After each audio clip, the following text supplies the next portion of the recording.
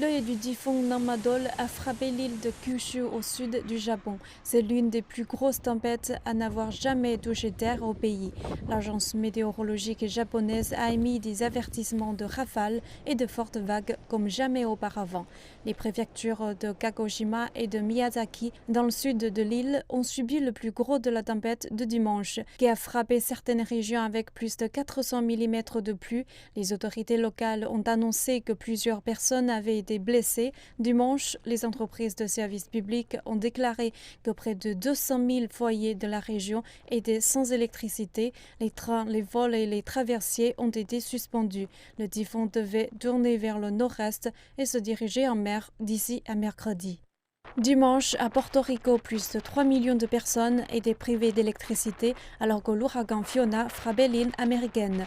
Le Centre national des ouragans a déclaré que la tempête provoquait des inondations catastrophiques.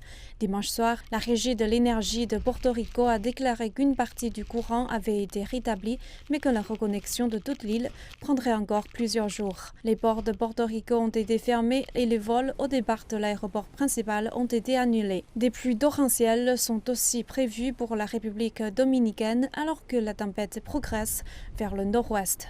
Aux États-Unis, les restes du typhon Merbok ont frappé la côte ouest de l'Alaska, provoquant de puissantes inondations qui ont détruit les bâtiments et forcé les habitants à se mettre aux abris. Le gouverneur d'Alaska, Mike Dunleavy, a diffusé une déclaration de catastrophe. Les autorités affirment qu'aucun blessé ou décès lié à la tempête n'a été signalé. Les alertes d'inondation se poursuivent sur les côtes ouest et nord de l'Alaska, plusieurs endroits se trouvant toujours envahis de niveaux d'eau extrêmement élevés. Dimanche matin, la tempête s'était largement déplacée au nord du détroit de Bering.